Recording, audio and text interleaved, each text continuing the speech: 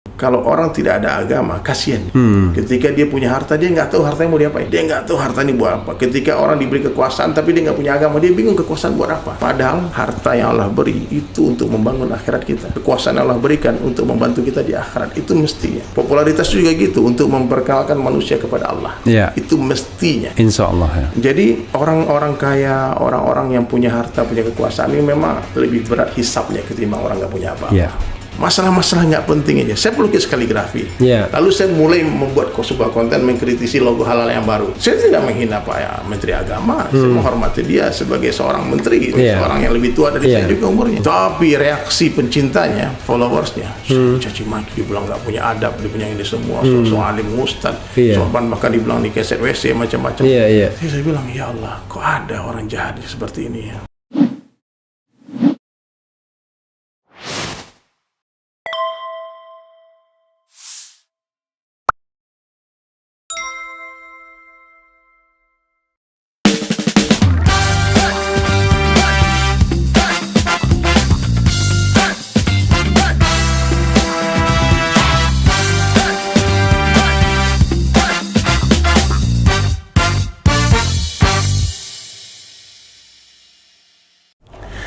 Assalamualaikum warahmatullahi wabarakatuh, Sobat RH sekalian.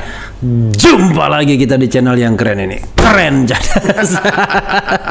Jadi cadas ya. Jadi walaupun ada ustadz di depan saya menunjukkan bahwa saya lagi bersemangat ya.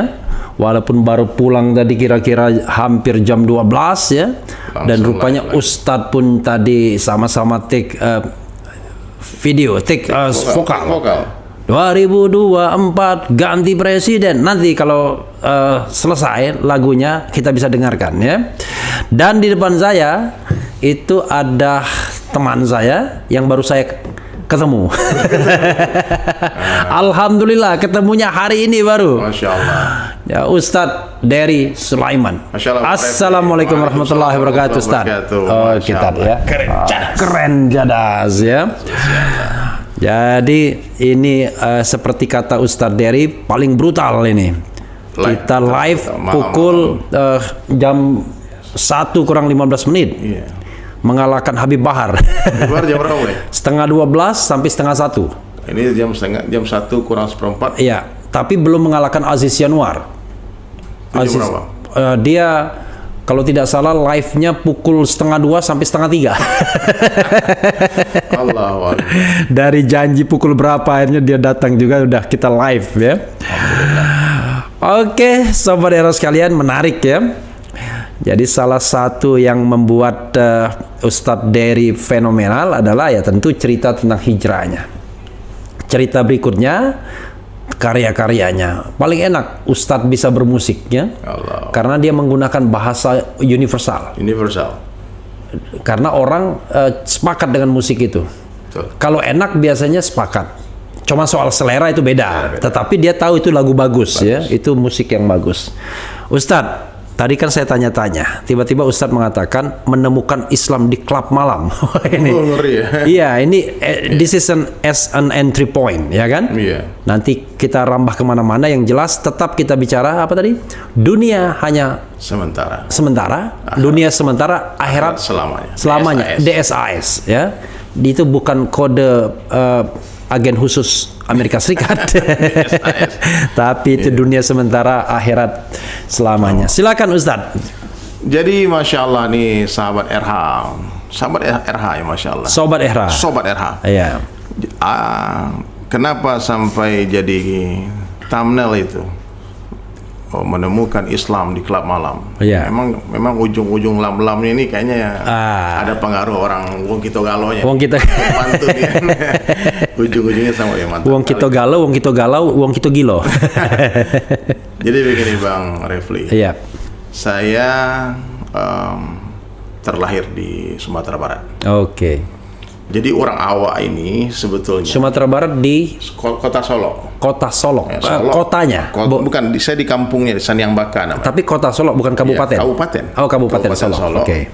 Di pinggir Danau Singkara. Ya. Jadi alhamdulillah saya terlahir dari keluarga yang sangat religius. Bapak almarhum Ustadz juga, Haji Nasrullah, IAIN Fakultas Dakwah. Oke. Jadi dari kecil itu memang ayah saya ini sudah men-setting Dery ini harus jadi dai. Oke. Cuman kuasa Allah ya, ini yang menjalankan hidup kita nih, takdir ini kan Allah yang mengatur. Saya disekolahkan dari awal, dari MDA, Madrasah Diniyah Awaliyah, kemudian ke Sanawiyah, mondok 3 tahun di Padang Panjang. Kemudian di hari ketiga, Yang dalam RUU Sisdiknas nggak masuk itu barang lagi. sekarang pesantren udah hilang.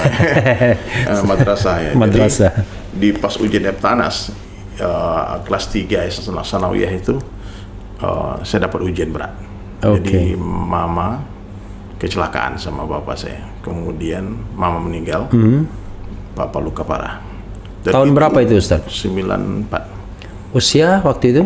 Kelas 3 Sanawiyah. Kelas 3 Sanawiyah. Ya, saya kelahiran 79. Oke, Sanawiyah itu SMP ya? SMP. Oke. Jadi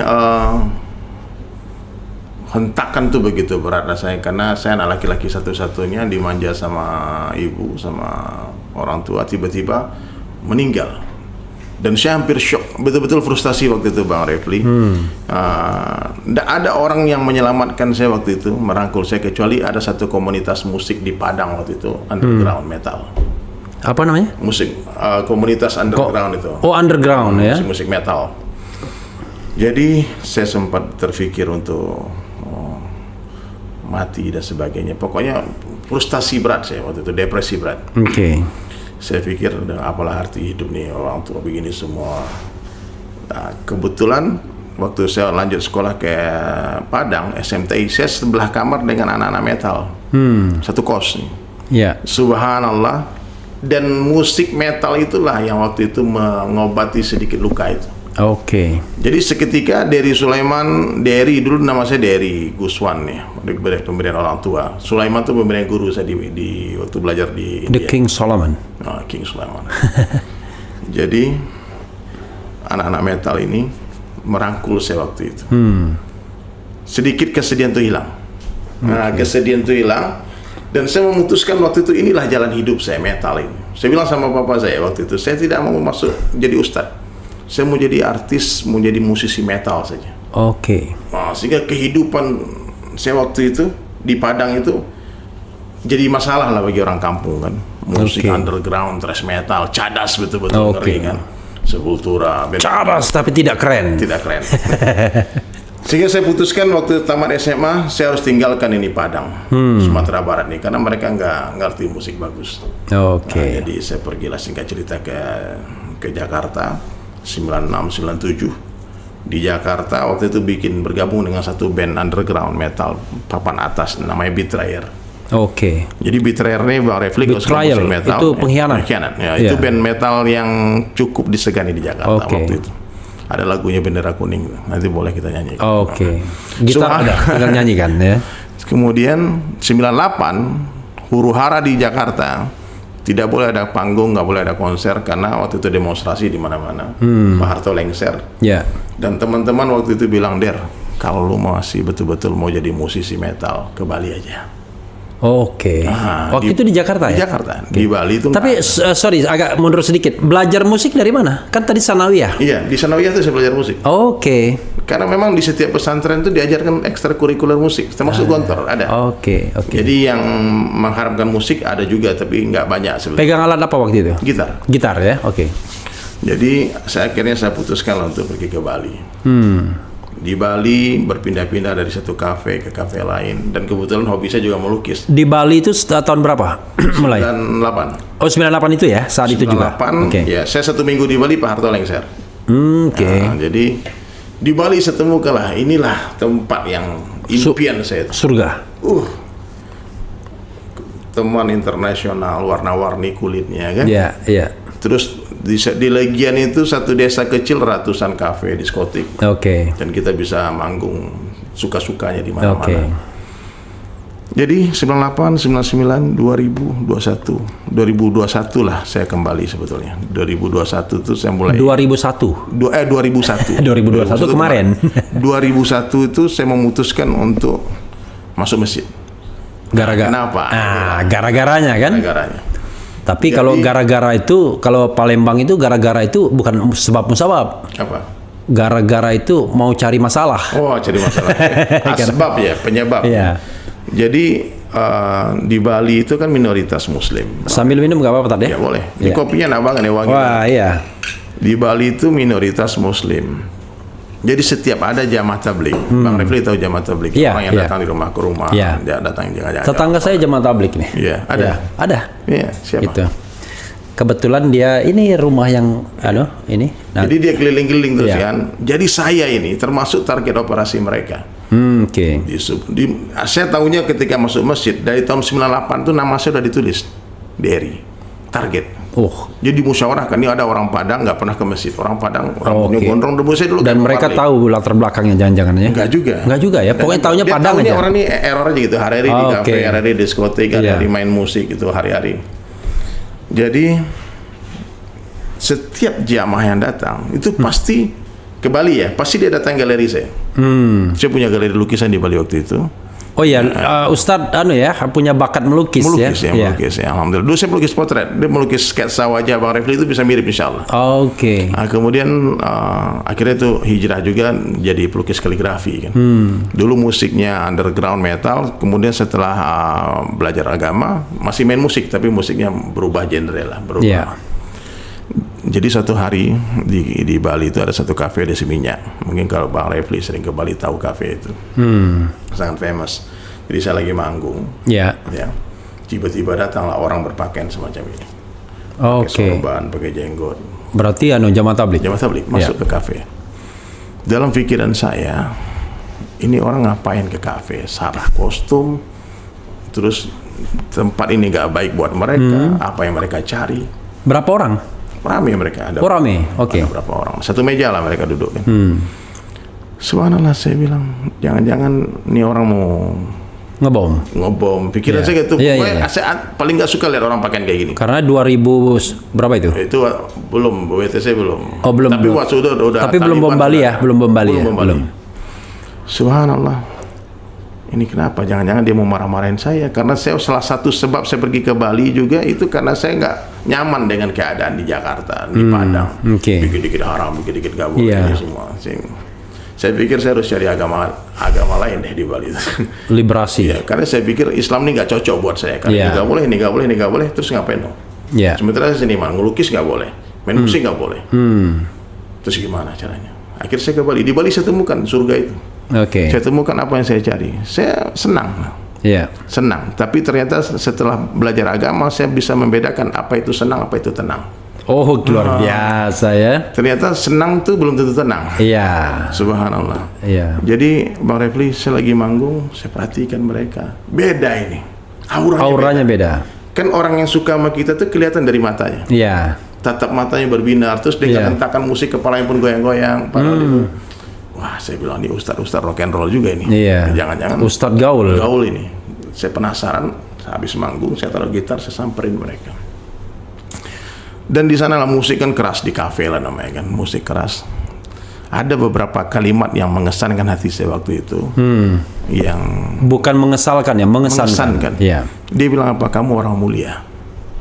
Coba bayangkan Bang Refli, dandanan kayak gitu di tempat maksiat. Tempat yang gelap, tiba-tiba datang satu orang membawa kabar gembira, kamu orang mulia. Pikir hebat kali orang ini ngomong, orang mulia maksudnya apa? Kamu calon raja di surga. Luar biasa. Calon raja di surga. Kenapa? Karena di hatimu ada kalimat la ilaha illallah. Terus bilang, ngapain kamu ke sini? Ada beberapa juga dari luar negeri orang datang kan. Terus dia bilang, we come here looking for you. Ternyata dia siang hari sudah ke rumah dan orang di rumah ngasih tahu nyari dia malam. Kalau pagi dia. Dia orang luar negeri. Ada jamaah kan datang dari England, dari mana datang di sini. Tablik kan seluruh dunia, Bang. Subhanallah. Saya bilang. Terus dia bilang, kami mau bicara banyak sama kamu. Please come to masjid. Nah, waktu itu Bang Refli saya bilang insya Allah. Kalau anak metal bilang insya Allah, dia pasti datang. Kenapa kalimat itu jarang-jarang terucap? Jarang. Nah, yang susah, yang bingung tuh yang tiap hari insya Allah nih. Insya Allah nggak datang-datang. Biasanya insya Allah untuk menghindari nggak datang, ya kan? Insya Allah, tapi dalam hatinya nggak datang gitu. Jadi saya intinya terpaksa sebetulnya saya masuk. Tapi teman saya bilang, bro nggak apa-apa, lu terpaksa masuk surga daripada sukarela masuk neraka. Oke, luar biasa. Terpaksa masuk surga daripada sukarela masuk neraka. Saya bilang oke lah. Akhirnya kami datang. Saya datang dengan teman saya ke masjid menemui rombongan jamaah itu. Iya. Ajib itu. Waktu itu sebelum ngomong panjang lebar Bang Refli, saya tanya dulu. Wait brother, I wanna ask you something. Sebelum kita ngomong panjang lebar, aku tanya satu perkara. I'm musician, you know. Iya. Aku ini musisi. What's your opinion in Islam about music? Iya. Bagaimana pendapat orang Islam tentang musik? Iya. Jawabannya hikmah, wisdom. Dia bilang musik boleh metal, sholat nggak boleh tinggal. Wih, luar biasa. Keren, kan? Jadi musik boleh metal, sholat tak boleh tinggal ya. Luar biasa. Bisa kita bikin pantun depannya. Iya. Bisa diatur itu. Ya kan, badan boleh gatal, ya kan? Badan boleh gatal, tapi jangan kelihatan janggal, ya kan? Musik boleh metal, tapi sholat jangan tinggal. Oh, kali itu. Catat di kolom komentar ya. Kalian tulis di kolom komentar tuh. Badan boleh gatal, tapi jangan kelihatan janggal. Kelihatan janggal. Ya, musik kan? boleh metal, sholat jangan ditinggal. Tinggal. Masya Allah. Deal itu. Jadikan kaos. Nah, jadi teman saya juga bertanya waktu itu, dia bertato kan. Dia bilang, gimana kalau orang bertato sholat? Sah nggak sholatnya? Jawabannya pun ajib lagi. Orang bertato sholat tuh luar biasa. Yang aneh tuh nggak punya tato nggak sholat. Mantap kali. Jadi kami itu betul-betul waktu datang ke masjid itu Bang Refli, itu dicuri hatinya. Ikram kasih minum. Pokoknya nggak bisa lepas. Saya mau pulang sebentar sampai waktu itu 3 hari 3 malam kami di masjid. Bayangkan 3 hari 3 malam di masjid. Tidak balik?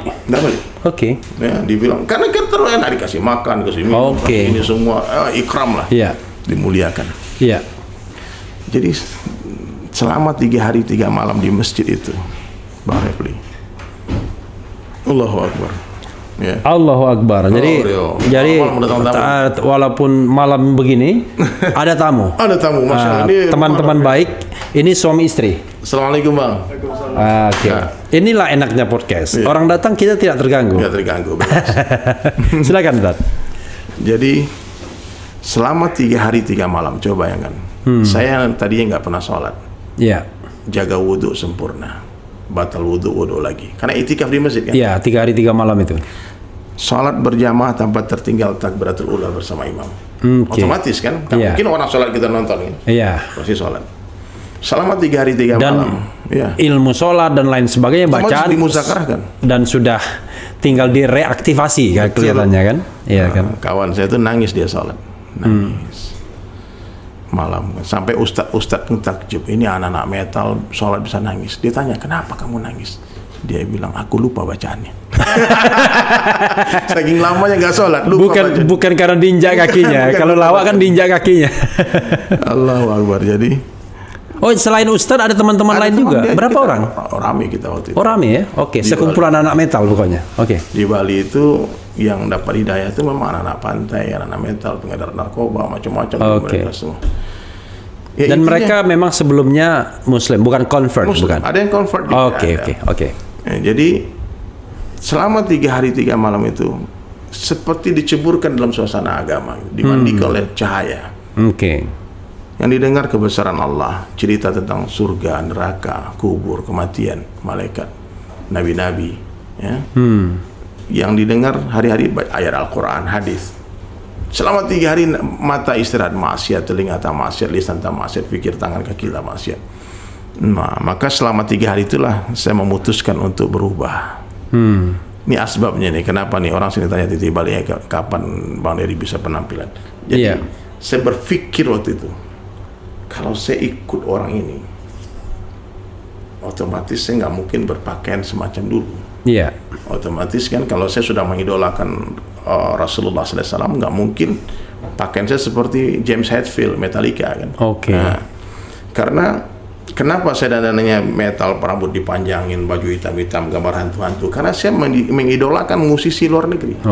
Dan biar rambutnya bisa digini-gini. Bisa headbang. Jadi gitu Bang Refli. Orang kalau mencintai seseorang, dia pasti akan meniru orang dicintainya. Orang kalau mencintai seseorang, dia pasti akan meniru orang yang dicintainya. Iya. Hari ini aneh, banyak orang mengaku cinta Rasulullah tapi nggak mau niru Nabi. Iya, iya. Jadi penafsiran saya waktu itu, bagaimana cara mengekspresikan cinta ini, saya harus ikut Nabi. Dari mana? Dari hal yang termudah dulu. Dan hal yang paling mudah itu fashion. Pakaian, iya, fashion. Paling mudah kalau memperbaiki akhlak dulu, ibadah, baca Al-Quran, mungkin sampai kiamat nggak selesai. Iya. Nggak akan sempurna itu. Saya pikir dulu saya mengidolakan musisi luar negeri, bajunya saya tiru, celananya saya tiru, rambutnya saya tiru, gitarnya saya tiru, lagunya saya hafal, semua tentang dia saya pelajari. Kenapa? Because I love them. Aku mencintai dia. Dan sekarang ketika cita-cita sudah berubah, ketika habis 3 hari itu cita-cita satu aja, pengen masuk surga. Dulu cita-cita saya apa? Pengen masuk neraka. Benar, saya pernah bikin kaos tuh first in hell. Luar pertama biasa masuk neraka. Karena I don't need religion. Aku bilang aku nggak perlu agama. Kalau saya sampai ada teman-teman dulu yang bilang, selalu debat kan, kamu ini begini sesat, kamu macam-macam, musik setan, macam-macam. Dia bilang, bro, kalau saja nanti di surga ada orang kayak kamu, aku nggak mau masuk surga. Sampai saya bilang gitu. Sampai kalau sama kamu nih saya bicara bukan iman yang naik tapi darah yang naik. Karena ada orang tuh hantam-hantam terus terus. Jadi waktu itu setelah saya memutuskan, ya Allah, saya dengar cerita tentang baginda Rasulullah SAW. Satu, saya pengen masuk surga. Jadi mohon maaf nih para habaib, saya pakai sorban ini udah 20 tahun lebih. Sejak 2001. Sekarang 21 tahun. Ya, 21 tahun. Jadi saya tanya sama ustadz yang mengajak saya itu, boleh nggak saya pakai sorban? Ketika dia bercerita Nabi itu bersorban, boleh.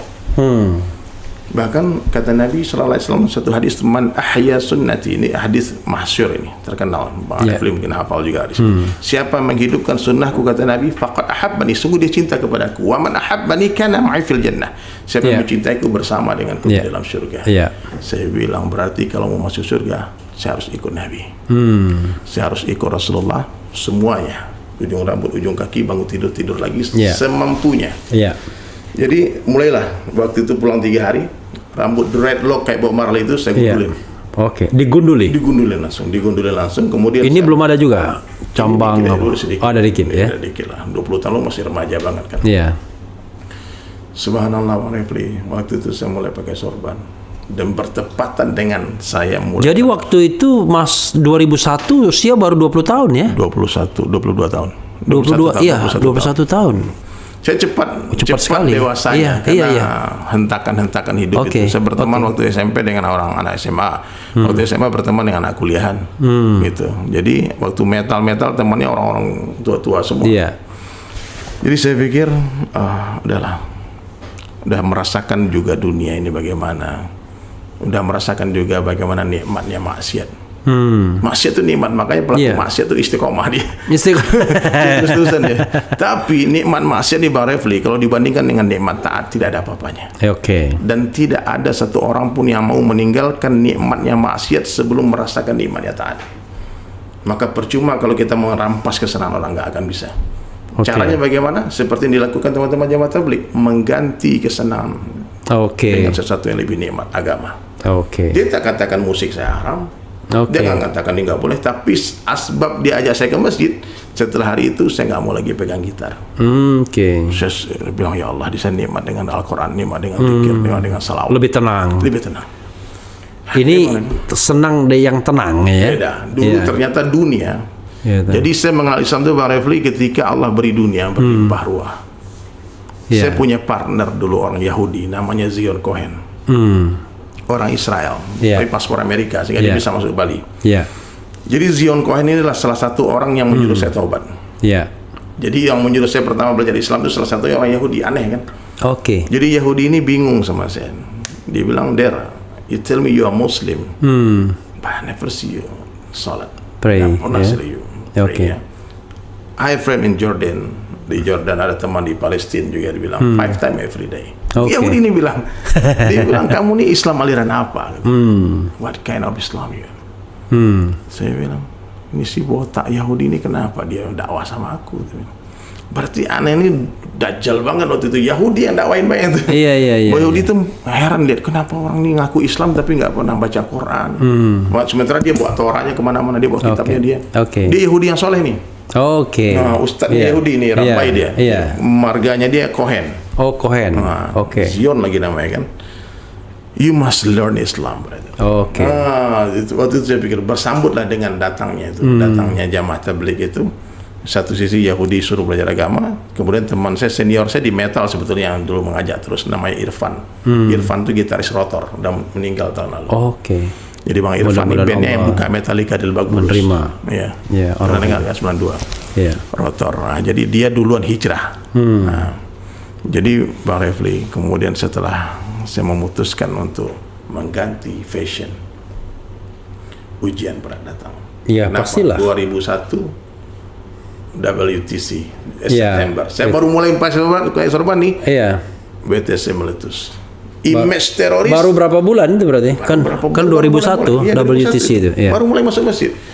Tiba-tiba image teroris orang pakai sorban. Dan still di Bali. Sama belannya. Iya. Saya masih di Bali. Sehingga apa yang terjadi? Saya diganggu di mana-mana, disusahkan di mana-mana, sampai ada orang meludahi muka di jalan tuh ada. Oke. Ya, 2002 bom Bali meletus. Oke. Islamofobia. Iya. Orang ketakutan dengan Islam. 2002 Oktober kalau tidak salah. Oktober, 12 Oktober. Itu kalau ini kan 11 September itu 12 Oktober, dua Sari Club sama ini meletus kan. Iya. Dan pelakunya jelas yang ditangkap kan orang Islam. Iya. Jadi kami di Bali waktu itu disusahkan. Saya betul-betul disusahkan banget. Cuman alhamdulillah lah, Allah beri dunia yang berlimpah waktu itu. Karena bisnis dengan si Zion ini, saya melukis, dia yang jual. Saya lukis, dia cari parket ke Spain, kemana-mana, ke Dubai, dia pameran. Lukisan itu orang? bebas semuanya. Apa? Apa saja, yang penting berbuah duit. Ada cuan. Ada cuan. Apa saja kita buat. Iya. Ya, orang pesan lukisan Buddha, Yesus, orang telanjang, semua. Apa aja kita buat. Yang penting uang cuan. masuk. Cuan masuk. Tapi itu sudah bersorban. 2000 sebelumnya kan itu. Oh, sebelum. Tapi sebelum itu kan ada handicraft juga. Iya. Dan setelah bersorban, saya masih melanjutkan melukis itu. Cuman udah mulai dikurangin yang aneh-aneh, seksi-seksi saya tinggalkan. Tapi yang lukisan gajah, Buddha semua masih saya terima. Masih. Sampai berapa tahun kemudian saya berpikir saya harus hijrah ini. Karena setiap kali ada orang datang dia tanya, kamu pakai fashion kayak gini tapi jualannya Buddha, jualannya lukisan-lukisan yang bukan Islamik, tidak sesuai dengan penampilanmu. Akhirnya Bang Refli, saya memutuskan untuk melukis kaligrafi. 2005 rame juga lumayan, karena orang Islam kan banyak kan di Bali masih. Di Bali. Lumayan rame juga kaligrafi. Tapi waktu itu karena mungkin banyaknya dosa yang saya buat ya, apalagi ribawi, main bank semuanya, ini kredit, mobil, rumah, macam-macam. Kan ditawarkan semua, kalau lihat sirkulasi duit banyak, kan aneh-aneh penawaran datang.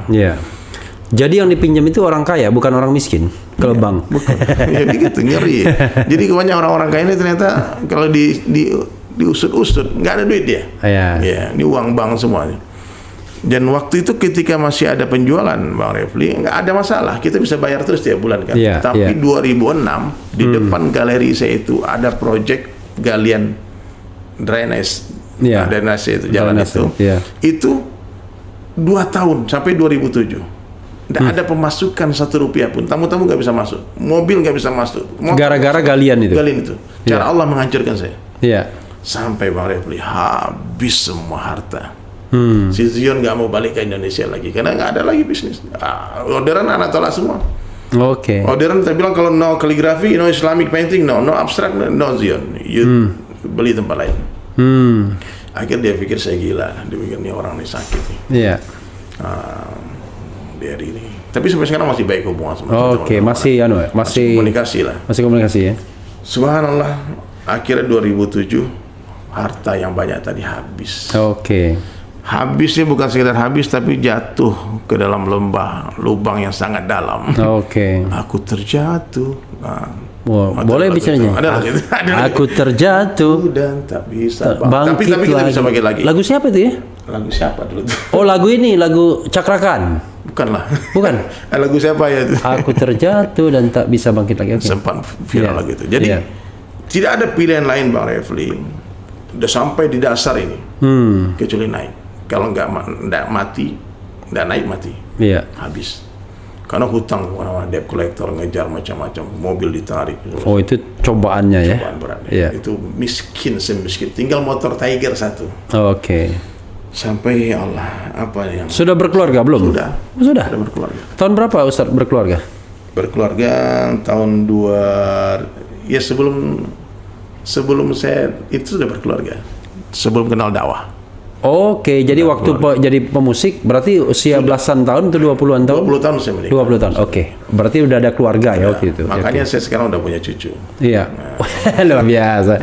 Saya boleh tua 9 tahun setengah, tapi cucu beliau udah punya.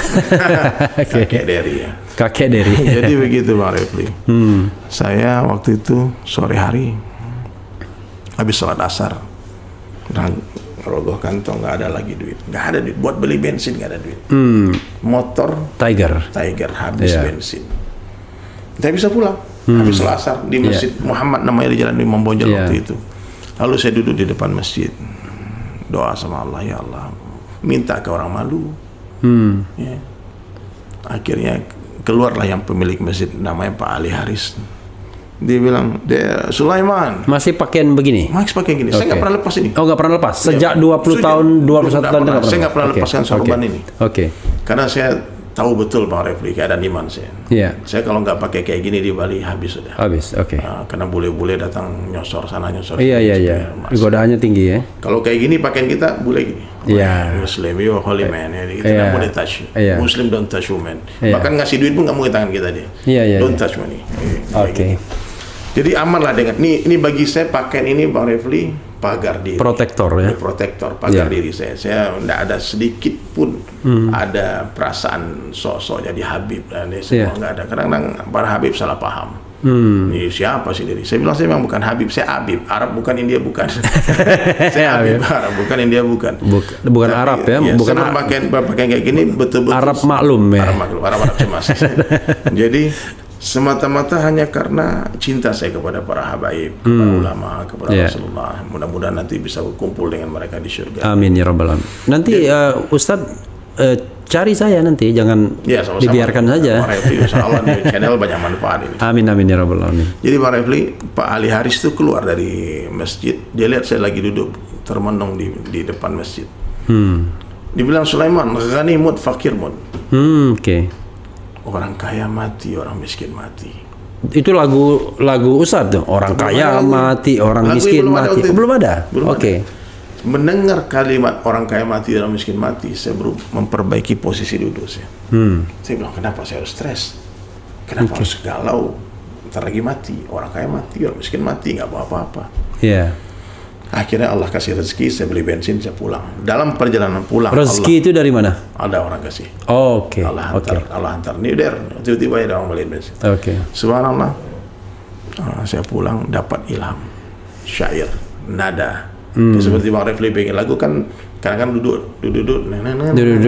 gelar nada itu kan. Meskipun nggak bisa main musik, kita bisa bikin lagu sebetulnya. Maka saya pulang di motor, orang kaya mati, orang miskin mati, orang kaya mati, orang miskin mati. Itu aja. Sampai di rumah, istri lagi nyuci di kamar mandi, saya lagi, aku ada lagu bagus. Ambil kertas, tulis syair. Wahai manusia, belum ada, karena gitar udah nggak tahu kemana waktu itu, nggak ada. Jangan engkau tertipu daya oleh dunia yang fana sebagai tempat. Nggak afdol begitu. Itu gitar. Ada gitar. Ada gitar. Jadi itu gitar Ogi itu. Oh, masya Allah, gitarnya Ogi. Jadi Bang, terciptalah lagu. Nggak punya rumah pun nggak masalah. Tapi kalau mati nggak punya iman, itu masalah. Harga iman dalam pandangan Allah Subhanahu Wa Taala sebesar darah. Itu Allah Taala harganya dengan surga yang luas 10 kali lipat dunia. Makanya kita semua wajib mengusahakan iman kita. Bagaimana caranya? Nabi Sallallahu Alaihi Wasallam satu hadis, jadidu imanakum. Kaifa nujadidu imanana ya Rasulullah? Akthiru min qawli la ilaha illallah. Wahai manusia, jangan engkau tertipu daya oleh dunia yang fana sebagai tempat ujian bagi kita. Dunia sementara, akhirat selama-lamanya. Ayo Refli semua yang ada di studio ikut nyanyi ya. Orang kaya Mati. orang miskin Mati. raja-raja Mati. rakyat biasa Mati. Pak Presiden Mati. Pak Gubernur Mati. Refli Harun Mati juga. Sulaiman Mati juga. semua pergi menghadapi lagi dunia yang dicari tak ada yang berarti dunia yang dicari takkan dibawa mati.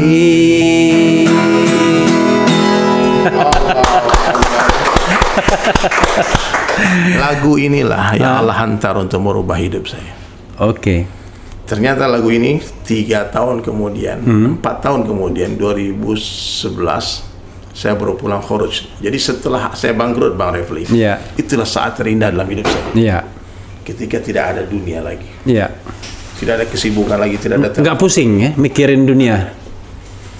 Jadi ternyata memang benar dunia ini hanya indah sebelum dimiliki. Kalau sudah punya biasa-biasa. Biasa-biasa aja. Makanya kalau orang tidak ada agama, kasihan dia. Ketika dia punya harta, dia nggak tahu hartanya mau diapain. Oke. Dia nggak tahu hartanya buat apa. Ketika orang diberi kekuasaan tapi dia nggak punya agama, dia bingung kekuasaan buat apa. Iya. Padahal harta yang Allah beri itu untuk membangun akhirat kita. Kekuasaan Allah berikan untuk membantu kita di akhirat, itu mestinya. Popularitas juga gitu, untuk memperkenalkan manusia kepada Allah. Iya. Itu mestinya. Insya Allah ya. Jadi orang-orang kaya, orang-orang yang punya harta, punya kekuasaan ini memang lebih berat hisabnya ketimbang orang nggak punya apa-apa. Iya. Dan hubungan hati dengan Allah pun mudah. Dulu kalau kita sini nggak ada duit, ngerogoh nggak ada duit, naik ke atas, Iya. tidak ada pilihan lain Iya. kecuali ke atas. Iya. Sekarang maaf ya, ketika masih ada saldo Iya. banyak, itu tangan ke atas tuh kemungkinan besar acting saya. Oke. Karena hati kita masih ke kantong kita, Iya. masih aman. Masih ngitung pas Masih doa. gitu, masih gitu. aman kan. Nah, jadi gitu. Jadi 2008 saya keluar 4 bulan. Saya meluangkan waktu saya 4 bulan di jalan Allah. 4 Oke. bulan itu saya tinggalkan rumah, tuh keliling dari rumah ke rumah, kampung ke kampung. 2009 saya ke Padang 4 bulan. 2010, 2011 itu ke Hong Kong, saya ke Cina. Saya Lalu terus keliling. keluarga bagaimana Keluarga nafkahnya? memang udah biasa ditinggalkan. Nafkahnya? Nah itulah, nafkah itu sebetulnya yang paling penting kan iman dulu. Oke. Ya, kalau udah Iya. ada iman, sebanyak apapun harta ditinggalkan nggak akan siap dia. Oke. Nah, jadi ketika istri faham dengan perkara ini, justru saya disuruh keluar. Karena istri bilang kalau keluar tuh dia lebih tenang di rumah bersama Allah, sholatnya lebih khusyuk, Iya. kan? Minta apa-apa Allah kasih cepat. Iya. Kan? Pengalaman imannya kan ada. Iya. Tapi kalau kita ada di rumah, ntar aja, minta ini ntar kan nggak Iya. punya apa-apa. Iya. Jadi betul-betul ya ketika kita khuruj fisabilillah nih Bang Refli, itu tanpa sengaja, tanpa sadar kita telah melatih istri kita punya hubungan dengan Allah. Oke. Kalau kita selalu ada di rumah, nih seorang suami yang selalu ada di rumah, Iya. tanpa sengaja pun dia telah merusak hubungan istrinya dengan Allah. Jadi istri kalau minta apa-apa minta sama suami, ada apa-apa ngadu sama suami. Kapan mereka bermesraan dengan Allah? Oke. Nah, jadi ketika istri-istri teman-teman tabligh ini sudah paham, maka waktunya keluar, dia nggak keluar justru istrinya marah.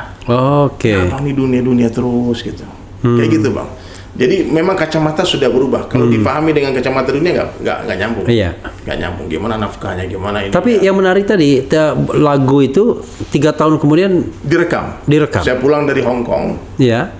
mampir di Bandung 1 bulan. Nah, ke Papua juga 1 bulan. Iya. Kan dapat visa 2 bulan aja Oke. di Hong Kong, 1 bulan di Papua, 1 bulan di Bandung, 4 bulan kan. Jadi 8 bulan saya cari nafkah Bang untuk keperluan keluarga. Iya. 4 bulan saya pergi. Jadi bekal untuk 4 bulan itu sudah ditinggalkan. Nggak boleh kita pergi karena Tanpa. istri kita bukan istri Abu Bakar. Iya. Kalau Sayyidina Abu Bakar pergi dakwah, ditanya Nabi apa yang kau tinggalkan? Allah dan Rasul. Allah dan Rasulnya. Istri kita kan meniti akhir zaman. Iya. Ataupun istri Nabi Ibrahim, Ibunda Hajar. Iya. Nggak ditinggalkan apa-apa. Iya. Tinggal aja 13 tahun. Iya. Nah, kita jauh lah. Jadi ditinggalkan bekal untuk 4 bulan, lalu saya pergi. Di Bandung inilah awalnya nih. Pikiran saya berubah tentang konsep seni dalam Islam. Jadi saya ketemu dengan teman-teman dulu Peter Pan kan, belum ada Noah ya, Ariel di pesantren waktu itu kan. Waktu teman-teman Vakum nggak ada kerjaan 2011 itu mereka. Ada Lukman, ada Reza, Noah, terus ketemu anak Mata Band, ada Sunu ya, Walk semuanya. Kemudian ketemu juga dengan anak-anak Nine Ball Ray. Dan waktu itu mereka bertanya sama saya karena saya datang mereka ke studio kan. Sudah kenal duluan? Belum kenal. Saya kenal di Bandung. Ada Ray emang udah kenal sebelumnya, cuman yang lain-lain belum. Terus saya temui mereka ke studio. Ternyata ada yang miss selama saya hijrah. Saya lupa kaum saya. Saya lupa teman-teman musikus. Padahal nih waktu itu ada Ustadz yang memberi nasihat, Allah itu bisa memberimu hidayah sebelum kamu jadi anak band, bisa. Coba kau pikir, kenapa Allah beri kamu hidayah setelah kamu ahli dalam bermusik? Supaya kamu menggunakan keahlianmu untuk mengajak manusia kepada Allah. Jadi syiar dengan musik. Bukan kau tinggalkan, ini anugerah dari Allah. Jadi teman-teman tuh tanya, Bang, kenapa nggak main band lagi? Dulu Beat Rare kan jago tuh main gitarnya itu, kenapa nggak main musik lagi? Saya bilang, saya ini sibuk. Waktu itu ada gitar, saya mainkan lagu itu. Apa kata teman-teman? Wah, merinding Bang, merinding Bang. Ini kalau direkam keren nih. Waktu itu saya suruh rekam lah sama Walk, drummer yang Mata Band. Walk sebenarnya ada studio kan di Camanik, di Bandung. Kemudian yang vokalnya sesuruh Ray, vokalis Nine Ball kan suaranya bagus. Tapi kata Walk, Bang, waktu Bang Dery nyanyiin, aku merinding. Ada nurnya. Mesti Bang Dery nyanyi. Gitu. Saya bukan vokalis Bang. Ustadz sebelumnya waktu gitaris saja, bukan vokalis. Terus, waduh panik saya. Sudah pakai sorban, ini semua udah khotbah Aid, sudah khotbah hari raya, udah khotbah Jumat. 2011 itu. Berarti 11 tahun yang lalu ya. Kemudian saya musyawarah lah sama guru-guru. Apa bahasa guru saya waktu itu? Dery, kamu bukan kembali ke dunia musik, ke dunia hiburan, tidak kembali, tapi menjemput teman-teman. Itu bahasanya. Jadi kamu menjemput teman-teman karena pengembala yang sukses bukan pengembala yang pulang duluan sementara gembalanya ditinggal. Kita punya ini pengembala ada kambing 100 ekor. Udah petang, dia buru-buru pulang. Ditinggal di kambingnya. Dihajar nggak sama majikannya? Pasti dihajar. Meskipun agak terlambat dikit sampai di kandang, tapi semua kambing masuk ke kandang. Oh iya juga, saya bilang. Akhirnya saya mulailah menyetujui kesepakatan akhirnya saya nyanyi. Akhirnya nyanyi lagu itu saya, Ray sama Sunu. Sunu Mata ya? Iya, Ray Sunu backing vokal. Saya nyanyi. Nah kita buatlah band waktu itu Medina. Jadi Medina nama band kita waktu itu. Subhanallah Bang, 3 tahun lagu saya ini dipakai sama sinetron. Yang bikin orang ke sini, Saiful Derajat, tetangganya Bang juga nih. Nah, yang di sini rumahnya. Dia bikin sinetron Maijah Pengen ke Mekah. 3 tahun, berarti kali 300 hampir 900 episode. Setiap hari lagu DSIS ini orang kayak mati ini diputar di TV. Sehingga satu judulnya Indonesia, apa? DSIS. DSIS itu judul lagu itu. Dunia Sementara Akhirat Selamanya. Jadi orang tahu lagunya tapi nggak tahu penyanyinya siapa. Saya lagi duduk di bis kota di Jakarta. Tiba-tiba pengamen naik nyanyiin lagu itu. Orang kaya mati, orang miskin. Lagu siapa itu? Ahmad Dhani Ustaz. Dia salah ngomongnya orang. Karena dia memang saya nggak pernah tampil. Saya di Bali kan. Akhirnya 2015 saya dikontrak sama Trans 7 waktu itu untuk bikin acara namanya Ngopi. Setiap subuh pagi ngobrol perkara iman. Bukan ngopi yang begini ya. Bukan ngopi gini. Tapi ini boleh juga diminum. Boleh juga. Bismillah. Jadi Bang, ini jadi cerita panjang lebar kita. Saya nggak pernah jarang sekali cerita kayak gini. Itu sangat bermakna dan berharga. Kali ini. Jadi disitulah Allah balikkan. Yang tadi orang nggak kenal jadi kenal. Kemudian saya produk. Yang bis kota tadi gimana ujungnya? Nggak tahu. Ustadz biar dia diemin aja. Bilang lagu saya nggak percaya juga, belum ada video klipnya. Akhirnya kita bikinlah project itu di Trans 7. Tiap pagi subuh ada acara ngopi datangi anak metal, datangi bencong-bencong di jalan. Oh, itu on the spot. On the spot. Kita dakwah on the street. Oke. Ya, jadi banyaklah pengalaman. Pernah dakwah sama bencong juga. Ya, dia nangis-nangis. Kita pikir mau taubat dapat hidayah kan. Dia bilang, bang aku mau hijrah bang. Ya, besok insya Allah aku berhijab bang. Kita berhijab. Jadi aneh-aneh bang. Makanya kalau kita turun ke masyarakat, ke umat ini, kita nggak mungkin marah-marah. Iya. Karena problemnya begitu berbagai macam, kompleks ya. Dan apalagi saya orang yang pernah hidup di dunia gelap, saya memahami betul bagaimana hidup dalam kegelapan itu, bagaimana resahnya orang tidak bahagia dengan maksiat. Orang kalau nggak taat sama Allah, Bang Refli, sekaya apapun dia pasti susah. Pasti susah. Bang Refli kan berteman dengan banyak miliuner, orang-orang hebat-hebat. Coba lihat, kalau mereka nggak ibadah, nggak sholat, nggak ada nur di wajahnya, nggak ada kebahagiaan nampak. Tidur pun harus makan obat tidur. Ya, coba kalau orang-orang yang sholat, ibadah, tenang hidupnya, ada uang nggak ada uang, Insya Allah. Yang penting ada Allah. Nah, jadi saya selalu bergerak bang. Setelah tahun 2001 saya mulai masuk masjid itu, saya sudah berjanji tidak akan bekerja dengan siapapun kecuali dengan Allah. Jadi bingung orang kadang-kadang mau kontrak. Saya punya lagu banyak. Kan bisa aja tuh diserahkan ke label, kemudian dikontrak jadi artis, di branding, kemudian saya bilang enggak. Kapan bikin acara bikin. Jadi saya betul-betul independen, indie label, independen betul. Saya produksi lagu sendiri, kemudian saya publish sendiri, kan? Kemudian, sampai sekarang. Jadi hidup nggak terikat sama siapapun. Nggak digantung dan nggak tergantung. Dan akhir-akhirnya saya memutuskan untuk memfokus di dakwah saja. Fokus di dakwah. Jadi melukis musik ini memang hobi saja. Sampingan. Ya, bekerja dengan Allah bayar gajinya. Min haitsu la yahtasib, dari arah yang nggak disangka-sangka, aneh-aneh. Jadi kalau saya ceritakan ke teman-teman ya bagaimana cara Allah memberi rezeki, kadang-kadang nggak masuk akal, masuk akal. Ya, kadang kerja kita di sini, rezeki dari sini.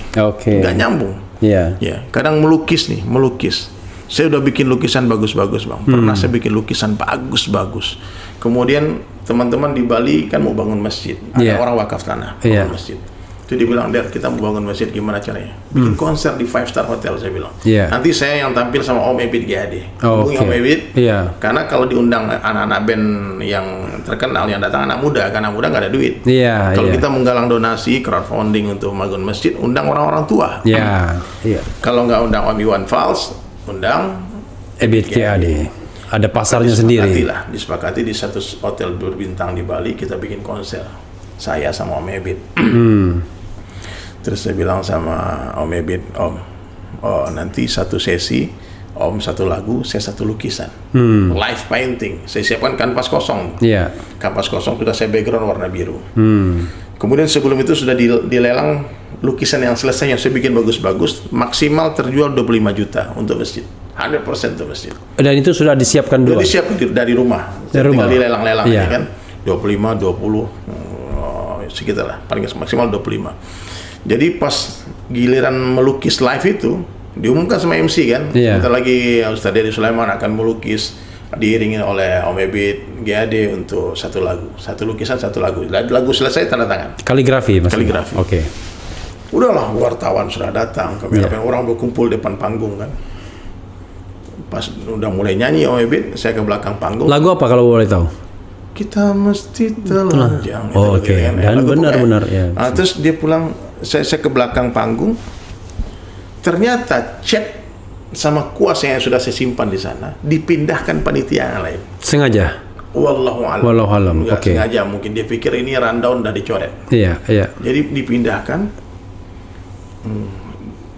Udah cari bang, 1 menit nyari di belakang saya nggak. Akhirnya penonton kan nungguin nih, kata mau live painting, gimana dari Sulaiman nggak ada live painting. Akhirnya saya balik bang, saya balik ke panggung, saya hanya diam saja, duduk berdiri, nunggu sampai dia selesai. Om bisa saya nyanyi, saya ambil mic, lalu saya bilang, hadirin sekalian, kita semua punya rencana.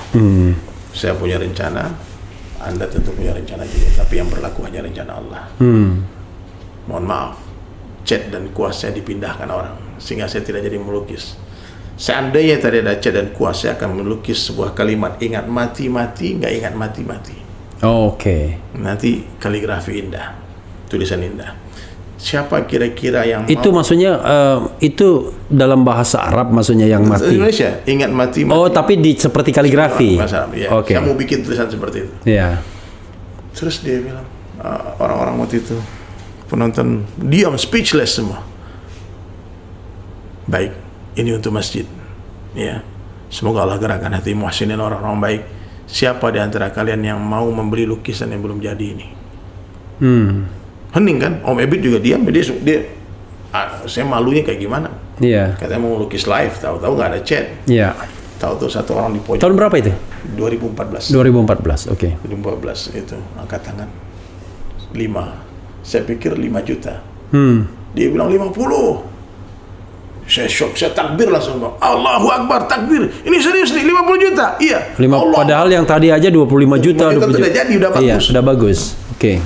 Ini kampas kosong. Iya. Terus saya bilang, Allah kuasa, makhluk tak kuasa, la ilaha illallah. Saya terus bicara kebesaran Allah. Yeah. Ini kalau pelukisnya mati, saya bilang kan. Pertama saya bilang, kalau pelukisnya terkenal, nanti lukisnya tambah mahal. Nampaknya saya akan terkenal ini. 2014 itu ngomong saya. Siapa yang mau lukis? 100, satu orang pojok 100. Iya.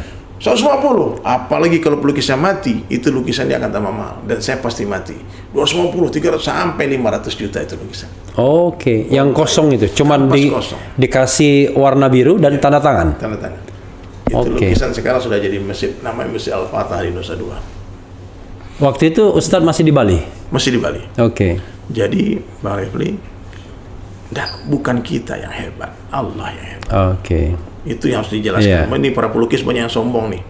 Dipikir dia yang hebat melukis, bukan, Allah yang menggerakkan hati orang. Nah, maka terus bergulir tuh setiap ada penggalangan bangun masjid, saya cuma satu pikirannya, saya punya lukisan, saya tidak punya duit. Sampai hari ini pun bukan miliuner, punya rumah, nggak punya. Saya bilang saya ada lukisan.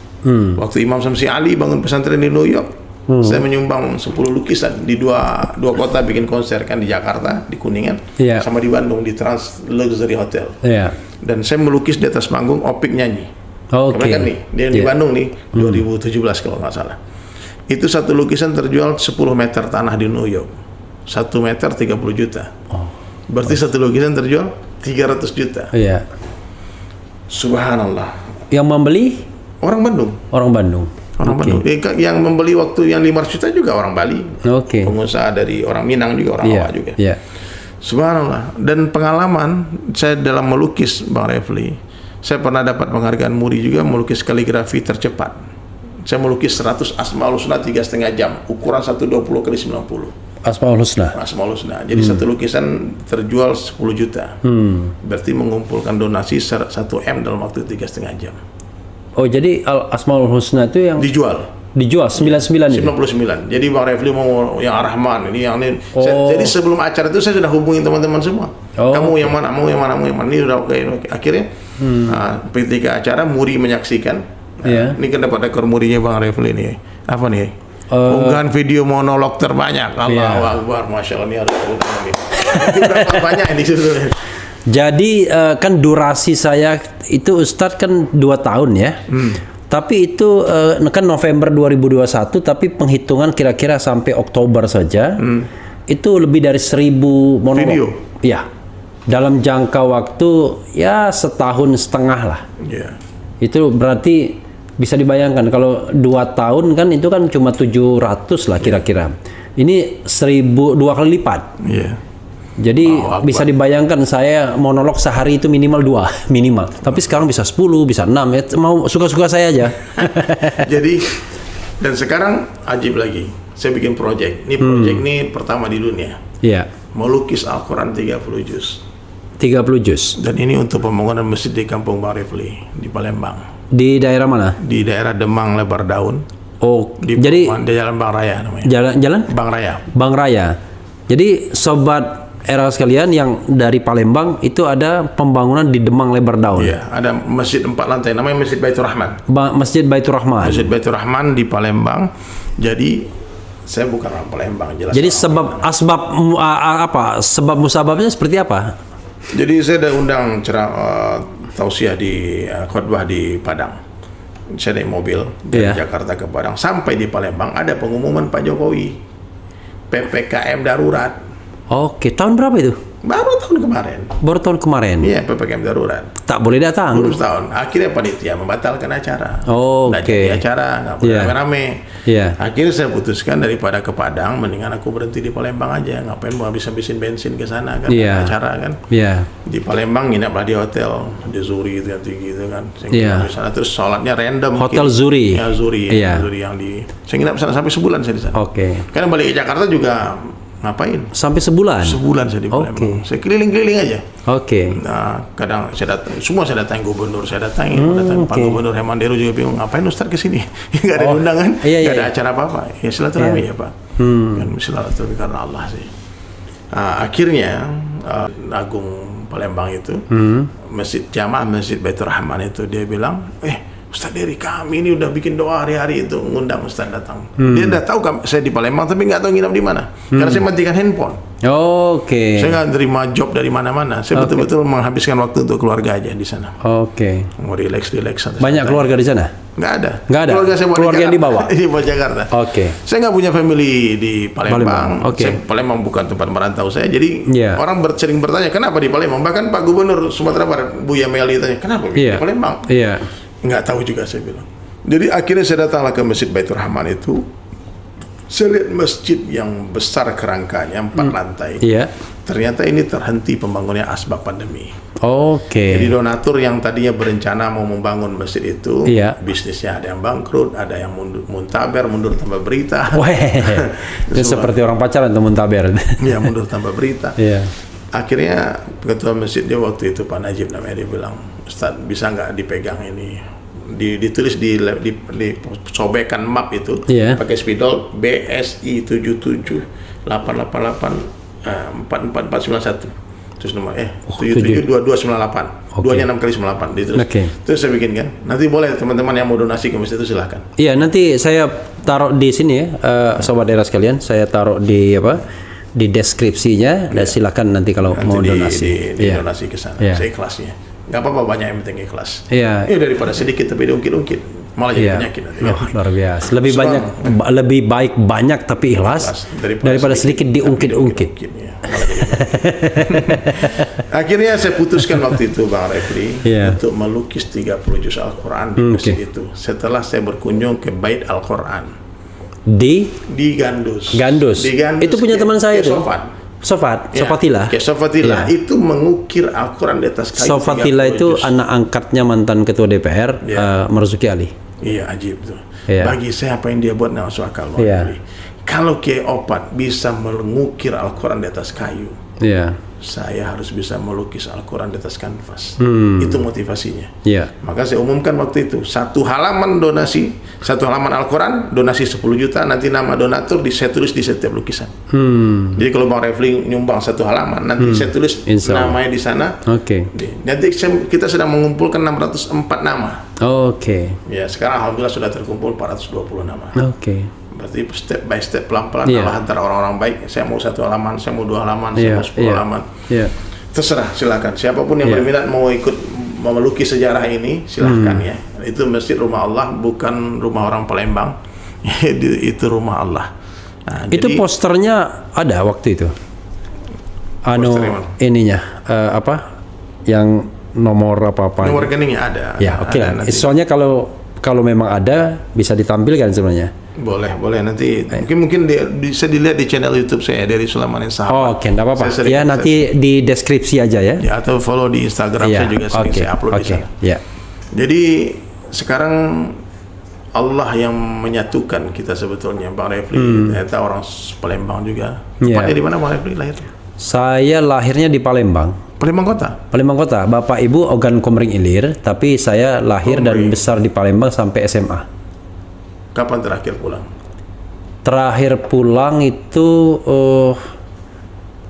waktu pandemi kan ada undangan kegiatan di Palembang. Rasanya 2021 saya ada pulang ke Palembang. Tapi paling tidak 2020 saya pulang. karena waktu itu ada acara. Hanya memang kan ibu meninggal 2019. Biasanya setiap tahun kita pulang lebaran. Ibu udah nggak ada ini lagi. Iya.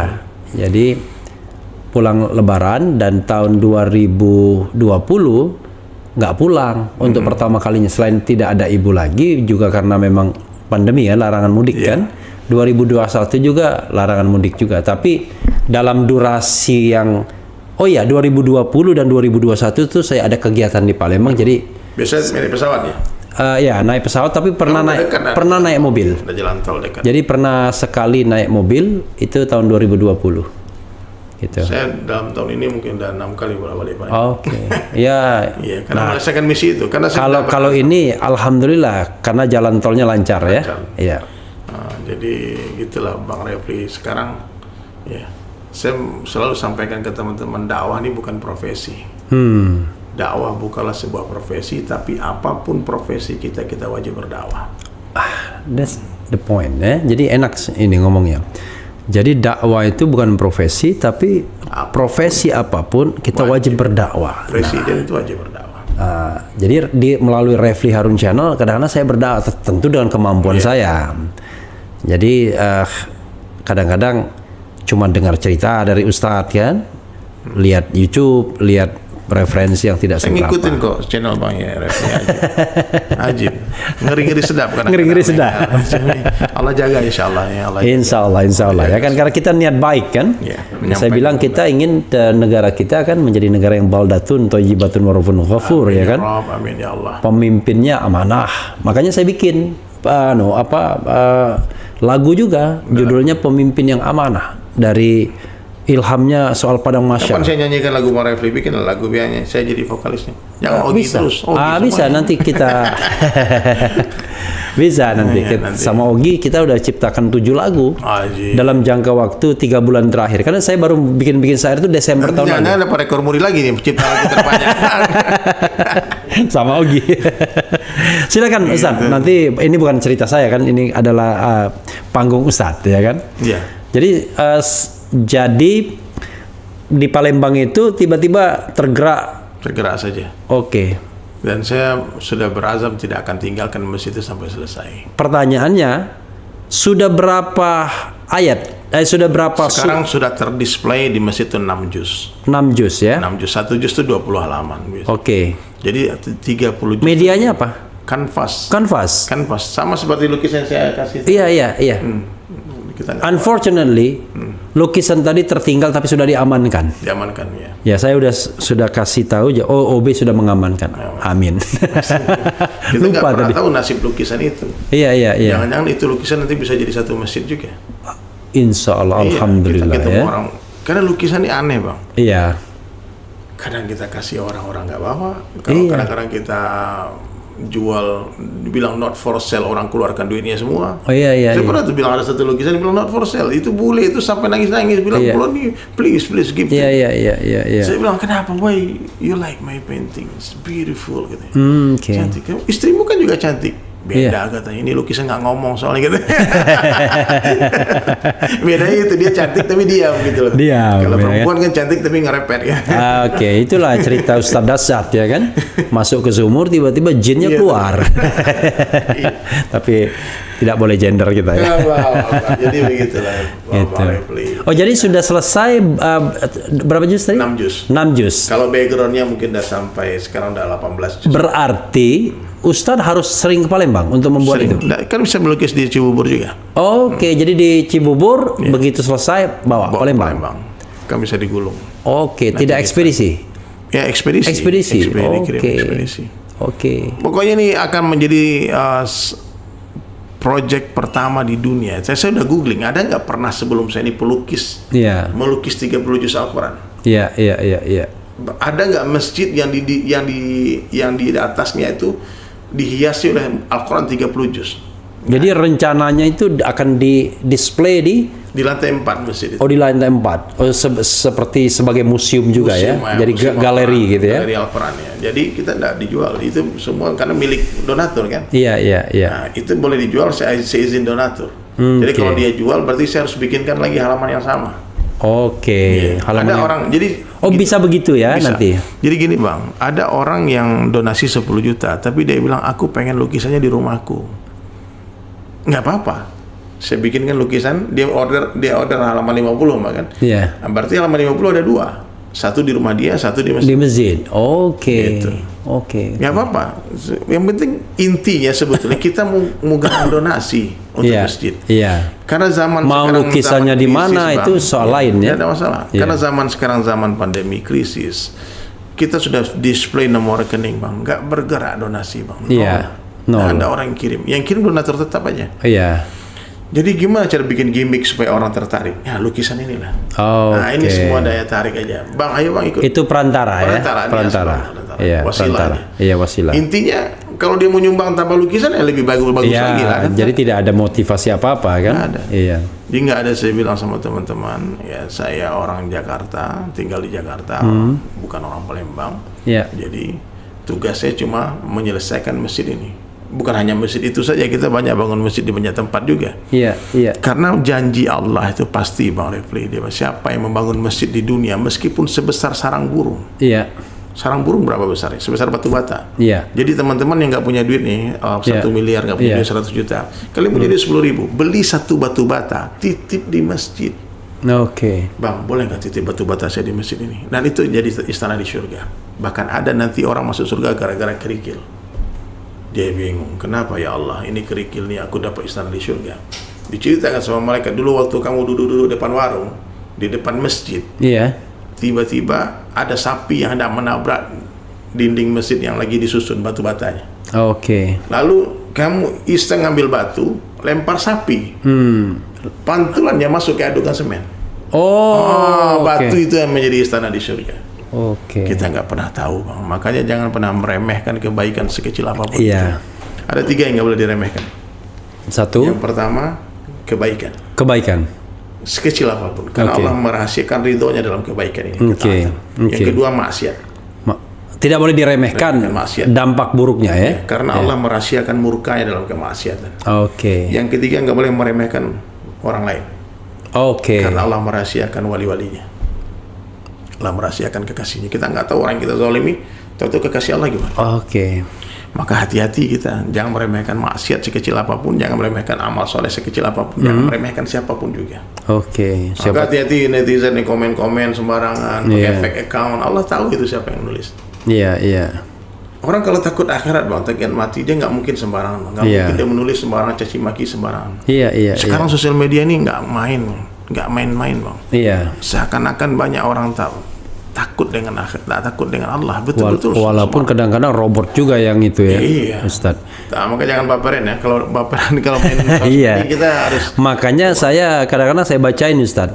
Ustaz, ini biar kita memenuhi janji kita kepada pembaca ya. Jadi saya ganti peci ya. Jadi coba kita lihat yang nanya, tapi yang kira-kira yang benar ya, benar-benar nanya.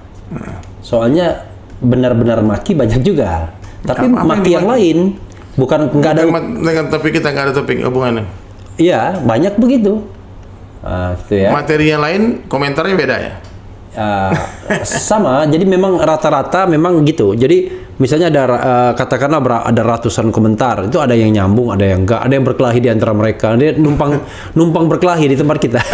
Ada juga begitu. Ya Allah, ya Allah. Oke, kita lihat ini ya. Ini dari depan belum apa-apa bilang rezim rakus apa-apa ini kan. Oke, kita lihat yang mana. Coba kita. Ini kok bilang begitu ya? Waalaikumsalam warahmatullahi wabarakatuh. Oke, Ustadz Dery ya. Tapi mereka bilang Dery Unskizov. Unskizov. Nggak ngerti saya. Oke, kemudian saya pernah ke Pagar Alam Bang Refli naik Dempo. Ada hubungannya. Pagar Alam tuh bagus, indah ya. Iya, Pagar Alam ya. Oke, kemudian wah, ini kalau kita cari-cari Touch Derry berikan satu alasan untuk tetap hidup. Gimana? Berikan satu alasan untuk tetap hidup. Satu alasan, mencintai Allah. Allah ya. Jadi itu Allah jadi saja. Allah ya, gitu. Kemudian salam sehat selalu buat Ustadz Derry dan Pak Erham ya. Masya Allah, jazakallah khair. Ada yang bilang Ustadz Derry, Masya Allah, ya kan? Ustadz, minta saya lukisan Ustadz yang paling Ustadz sukai. Boleh, nanti dikasih. Boleh ya, nanti dikasih ya, walaupun dia caranya gini, kalau mau minta lukisan saya, kalian donasi ke Masjid Baitur Rahman itu. Nah, nanti saya kasih lukisan. Kirim aja bukti transfernya, Pak. Aku transfer nih 1 juta ya. Oke. Jadi ini sobat multiplier 22 dia nyebut begitu ya. Kirim saja donasi ke Masjid Baitur Rahman. Bisa dilihat di YouTube-nya Ustadz Derry, kemudian Instagram, atau nanti deskripsi di bawah ini. Bukti transfernya itu nanti dikasih hadiah lukisan. Ya, bukti transfernya kemana tuh nanti? Ke Instagram saya. Instagram ya. Jadi ke Instagram Ustadz Derry dan nanti Ustadz Derry akan memberikan lukisan ya. Kemudian ada yang bilang gara-gara Ustadz itu, Bismillah ya Allah, ingat mati, semua mati. Ya. Coba semua yang nonton sekarang, daripada kalian tulis yang nggak benar, mendingan kalian tulis Subhanallah semuanya. Subhanallah ya.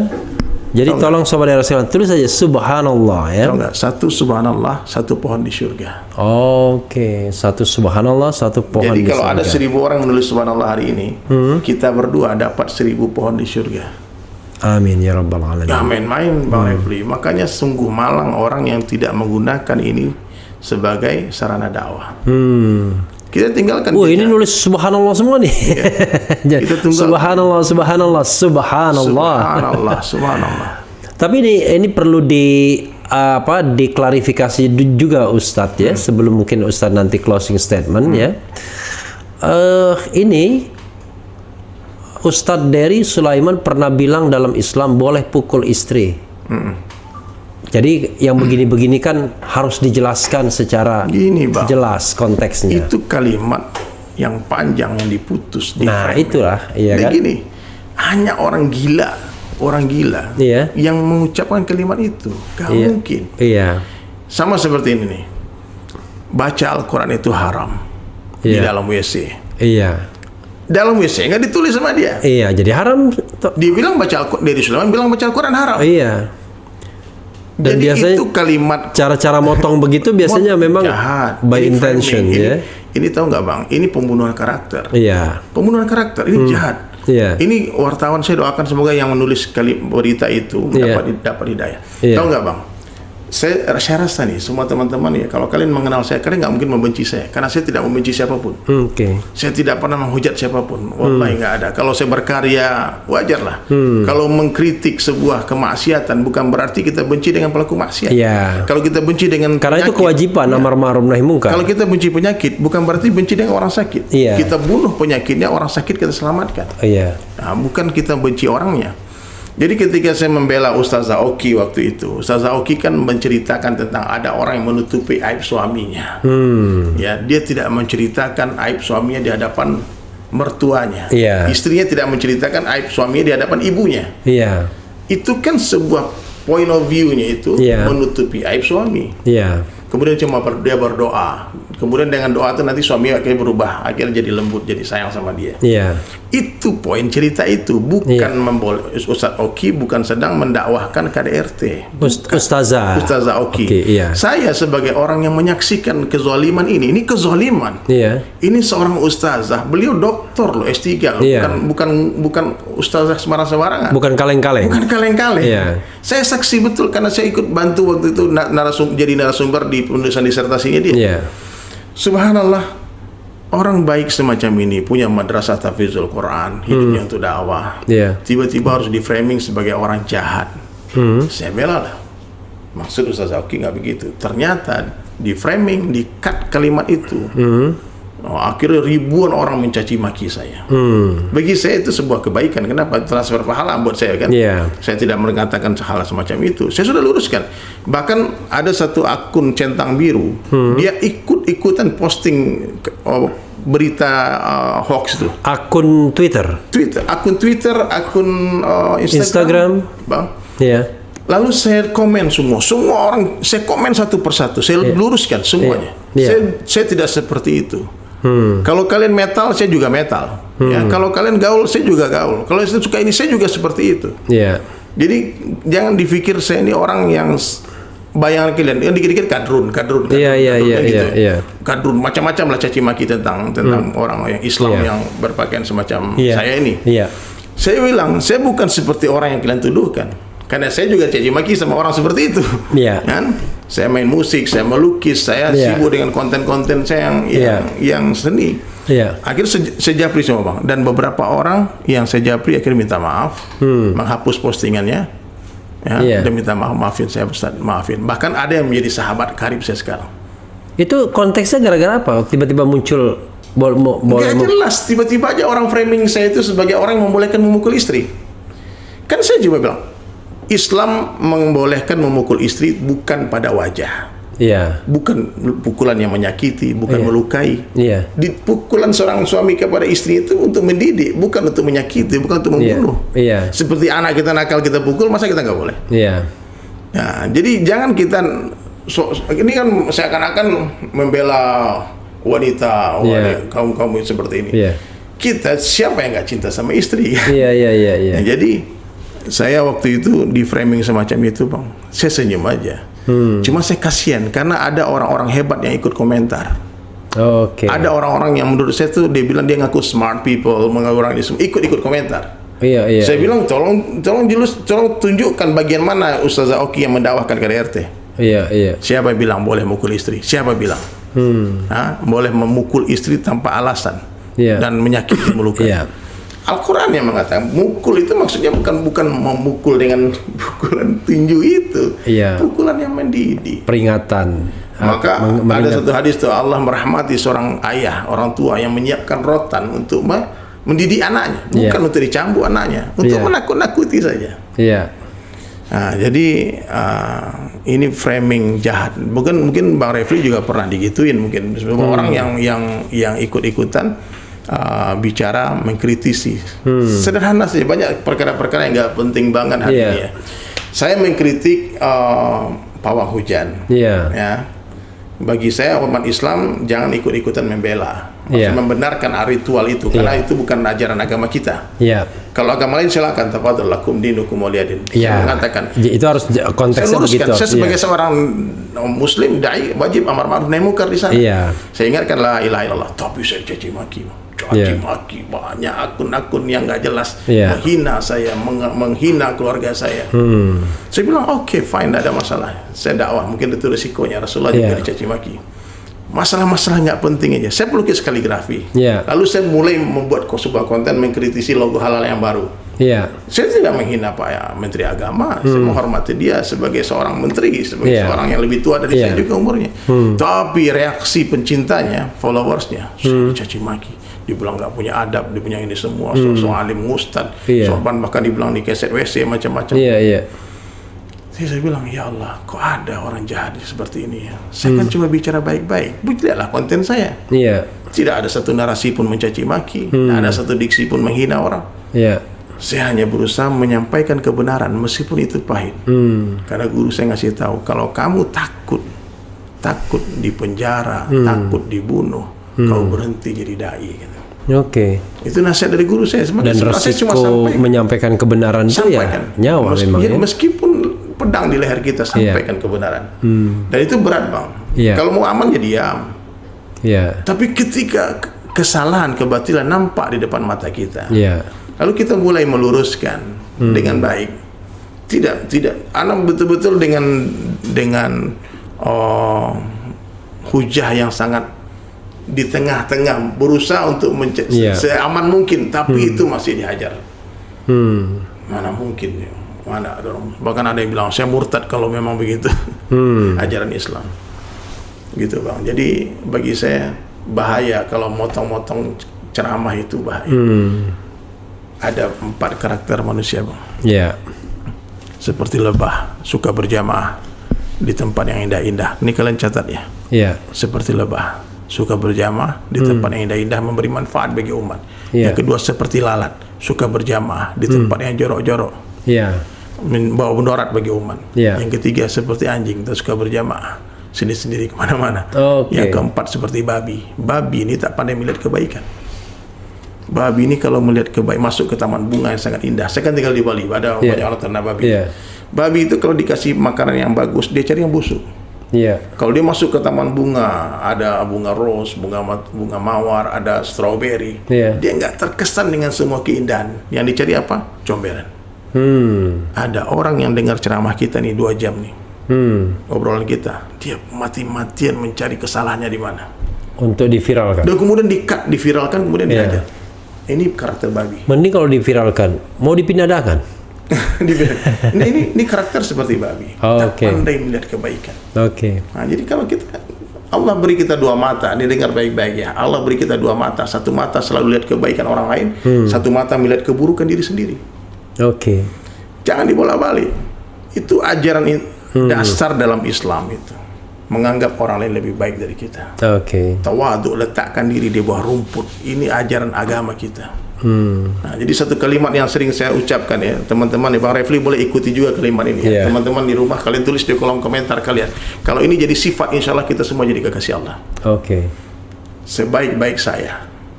Coba teman-teman tulis ya, sebaik-baik saya. Sebaik-baik saya. Lebih baik orang lain. Lebih baik orang lain. Seburuk-buruk orang lain. Seburuk-buruk orang lain. Lebih buruk saya. Lebih buruk saya. Ini kalimat sederhana, tapi kalau kita amalkan, Bang Refli lebih baik dari saya. Kenapa? Bang Refli ini hari lahirnya lebih dekat dengan hari lahir Rasulullah ketimbang saya. Maka wajib hukumnya saya menghormati Bang Refli karena kedekatan dengan Rasulullah. Kenapa? Januari? Ya kan umur udah 50-an kan. Saya baru 43. Saya udah berarti siapa yang duluan, siapa yang lebih dekat tanggal lahirnya dengan tanggal lahir Nabi? Bang Refli. Bang Refli lebih duluan menyebut nama Allah dari saya. Pasti pahala Bang Refli lebih banyak daripada pahala saya. Tapi kalau saya melihat ada yang lebih muda dari kita, saya wajib mengatakan dia lebih baik dari saya. Kenapa? Saya lebih duluan bermaksiat daripada dia. Pasti dosa saya lebih banyak daripada dosa dia. Jadi cara memandang inilah yang hari ini hilang. Kita suka melihat keburukan orang lain. Kalau kita lihat keburukan orang, Bang Refli, kita benci sama dia. Kalau kita lihat kebaikan orang, kita sayang sama dia. Tapi Ustadz, ada satu hal, gimana kalau kita bicara tentang amar ma'ruf nahi mungkar terutama terhadap penguasa misalnya. Kan akhirnya kan kita harus mengungkapkan, kadang-kadang kan antara mengungkapkan keburukan dan kritik itu beda-beda beda-beda tipis kadang-kadang. Kan Bang Refli paling pandai main aman seperti itu. Yang dikritik bukan pribadi presiden, tapi kebijakan presiden. Yang dikritik bukan pribadi gubernur, tapi kebijakan. Kita tidak menghina fisiknya dia. Itu ciptaan Allah. Tapi keputusan yang merugikan umat harus kita luruskan. Apalagi Bang Refli ilmunya di sana, ahli hukum tata negara kan. Nah, saya di bagian seni lah. Kalau ada orang menurut saya bikin kaligrafi yang salah, wajib meluruskan. Menurut saya ini keliru. Bukan dengan kebencian. Balas dong dengan ilmu juga. Bukan begitu begini kan enak. Jadi kita ini bersaudara. Apalagi bulan Ramadan. Sekarang kebencian ada di mana-mana. Maka saya selalu katakan, ambil cinta di langit, tebar di bumi. Ambil cinta, tebar, karena kebencian sudah ada di mana-mana. Apa yang membenci? Saya dulu ya, Bang Refli ya, ketika konflik besar-besaran 212, saya sempat terjadi salah paham di kalangan teman-teman 212 terhadap saya. Karena saya juga dekat dengan Ahok. Ahok dari 2015 itu kalau ada acara pasti dia undang saya ke rumahnya, ke kantornya, semuanya. Sementara sama Habib saya juga sayang. Dia sayang sama saya. Jadi foto sama Habib. Iya, sama Habib termasuk IB. Habib Rizik ya. Habib Rizik siap. Subhanallah juga sayang sama saya. Sementara terjadi perselisihan gara-gara Al-Maidah. Al-Maidah. Coba saya harus main di tengah-tengah seperti itu. Tapi ada orang-orang yang tidak bisa menerima itu. Maunya konflik, maunya ribut, berantem terus. Saya katakan, saya datangi dia bukan untuk apa-apa, tapi berdakwah. Saya pengen dia masuk Islam. Kan? Saya datangi ulama-ulama untuk belajar. Ya kan ada dua niat kita datang ke sini. Iya. Nah, maka kata Abi Haikal, di hari ini sebetulnya posisi saya pendamai. Kemarin ketika Gus Miftah dengan Ustaz Khalid Basalamah, saya juga bikin konten untuk mendamaikan, bukan untuk menyalahkan. Sama Gus Miftah saya akrab.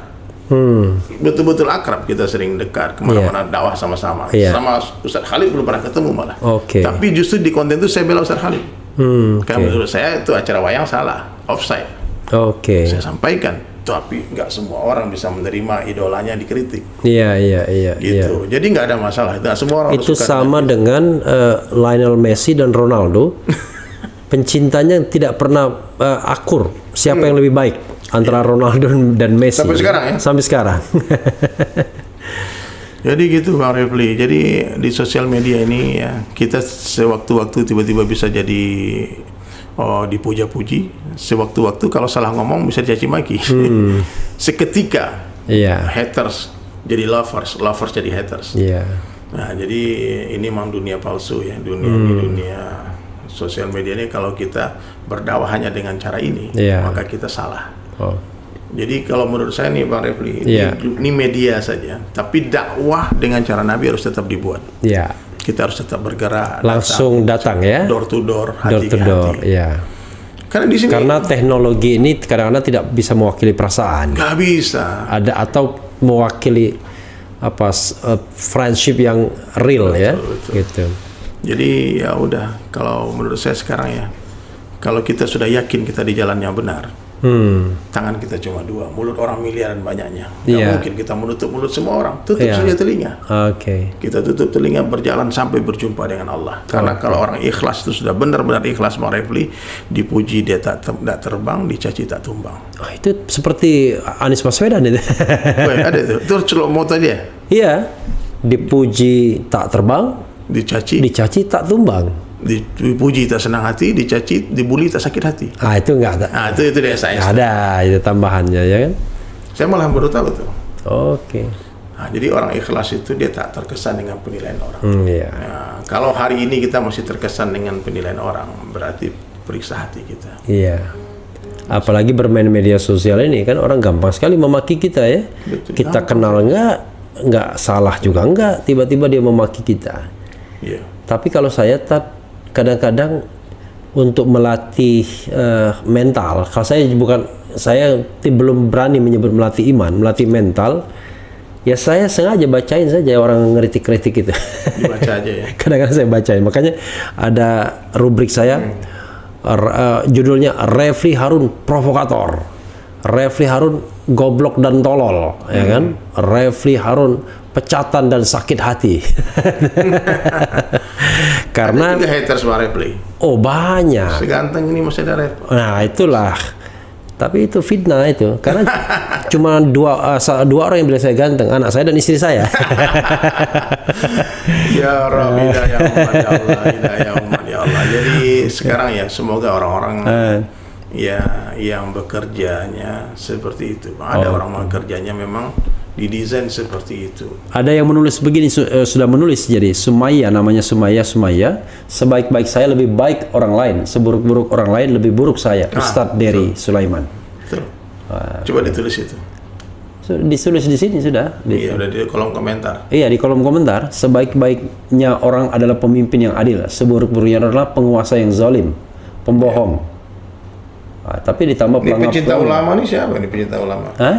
Kadrun terus dari tadi. Kenapa jadi orang kita kadang-kadang ini juga Ustadz, kadang-kadang robot juga ini kalau sudah banyak itu kita harus melihatnya ya kan. Karena itu kalau jangankan saya nih, Deddy Kobuzer mengkritik tukang pawang hujan, dicaci maki kadrun semua orang. Sebenarnya dia bingung juga tuh. Aku dia menjadi kadrun nih.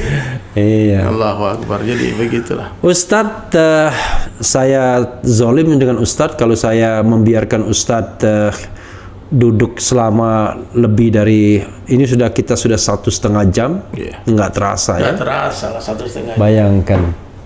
Tetapi kita mungkin saya nyanyi satu lagu lagi nanti. Oke. Sebelum closing saya akan sampaikan teman-teman sahabat sekalian. Silakan take your time Ustadz ya. Ini Ramadan time, Ramadan time. Saatnya kita mulai ya. Ini 2/3 malam, 1/3 malam. Ini waktu terbaik ya kalian nonton podcast ini. Ya anggaplah kalian dengar majelis ilmu ya. Insyaallah. Jadi ada beberapa perkara yang penting yang perlu kalian catat ya teman-teman sekalian yang duduk dari tadi tawajuh mendengarkan. Kita harus jadi orang baik. Ini penting. Harus jadi orang baik. Dalam pandangan siapa? Dalam pandangan Allah. Orang baik itu ciri-cirinya ada. Yang pertama, ciri-ciri orang baik itu hatinya bersih. Insyaallah. Hati bersih. Nggak ada iri hasad dengki. Nggak ada dendam. Hatinya terbebas dari kesyirikan. Orang baik dalam pandangan Allah tidak takut kepada siapapun kecuali kepada Allah, tidak meminta kepada siapapun kecuali kepada Allah, dan tidak berharap kepada siapapun kecuali kepada Allah. Itu yang pertama. Yang kedua, orang baik dalam pandang Allah Ta'ala itu ciri-cirinya kehidupannya, kalau dia muslim ya jelas ya kehidupannya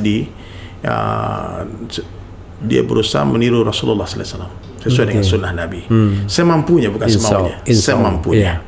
Yang ketiga, orang baik dalam pandang Allah salatnya berjamaah di awal waktu dan di tempat azan dikumandangkan. Ya, khusyuk salatnya. Yang keempat, ciri-ciri orang baik dalam pandang Allah itu dia haus akan ilmu.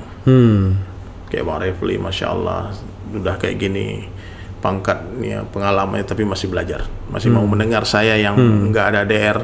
Orang sering tanya sama dari Sulaiman tuh ada LCMA nggak tuh? Saya bilang ada. LC itu langsung ceramah. Langsung ceramah. Kalau MA itu motivator akhirat. Motivator akhirat. Terserah lah, itu kan gelar orang yang kebagi-bagi juga. Jadi masih mau belajar tuh. Tapi saya nggak pernah nulis gelar. Nggak pernah. Jadi biasanya orang sendiri yang gelar. Kalau saya selalu nulis nama saja. Refli Harun. Tapi DR, SH, MH, LL, M. Iya, itu karena orang searching di internet gitu-gitu. Subhanallah. Gitu. Jadi ilmu tuh ternyata Bang Refli seperti air. Dia hanya mengalir ke tempat yang lebih rendah. Orang tinggi hati tak bertambah ilmu. Iya. Kemudian kata Buya Hamka, ajib nih, semakin luas ilmu seseorang, semakin sedikit dia menyalahkan orang. Jadi orang kalau tinggi ilmunya, dia mudah menerima perbedaan. Nah, itu yang berikutnya. Dan ciri-ciri orang baik berikutnya dia tawadu. Tawadu yang tadi itu, sebaik-baik saya lebih baik orang lain, seburuk-buruk orang lain lebih buruk saya. Dia letakkan diri dia baru rumput, dia hinakan dirinya sehina-hinanya sampai tak ada lagi orang yang berani menghina dia. Malu orang menghina dia. Karena nggak apa-apa. Kalau orang hina kita, memang saya mungkin lebih hina dari itu. Itu baru sedikit kesalahan saya yang kamu tahu, yang kamu nggak tahu masih banyak lagi. Kemudian berikutnya ciri orang baik, dia suka meluruskan niatnya, Bang. Tasihun ya. Sebelum beramal, sedang beramal, setelah beramal istighfar. Habis kita bikin majelis ini kita istighfar. Jangan-jangan majelis kita ini mudarat. Jangan-jangan majelis kita ini salah, gitu loh. Kita istighfar ya Allah. Jangan sampai orang yang mendengar majelis saya ini jadi orang jahat. Jangan sampai dia mengambil keburukan dari majelis kita. Kemudian yang terakhir, ciri-ciri orang baik dalam pandang Allah, dia yakin dunia sementara. Dia yakin dunia bukan tempat tinggal, tapi dunia adalah tempat meninggal. Dunia adalah tempat yang akan kita tinggalkan. Sekarang kita di atas tanah, tak lama lagi tanah di atas kita. Sekarang dunia nyata, akhirat cerita. Setelah mati, akhirat nyata, dunia tinggal cerita. Yakin betul dia.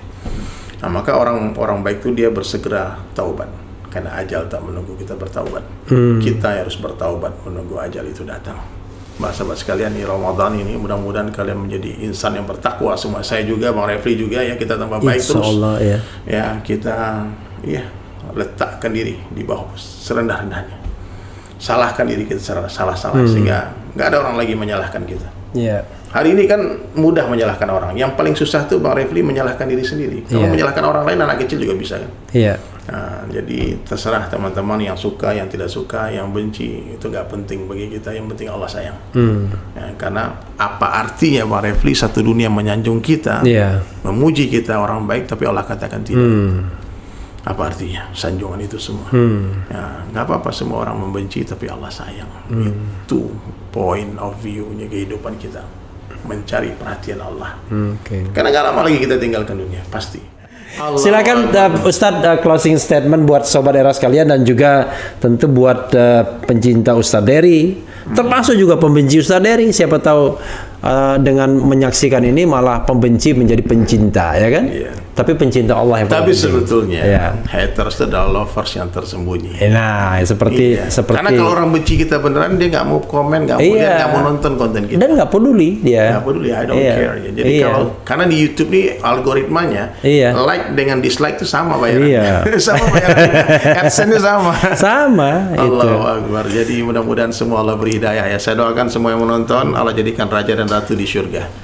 Amin ya. Bahagia dunia akhirat. Berkah rezekinya. Anak jadi anak yang soleh-soleh, alim-alimah, dai-dai, hafiz-hafizah. Rezeki berkah berlimpah, diberi kesehatan. Yang berhutang Allah lunaskan hutangnya, yang sempit Allah lapangkan hidupnya. Amin. Amin. Ini kalau nggak kita close sampai subuh nggak selesai.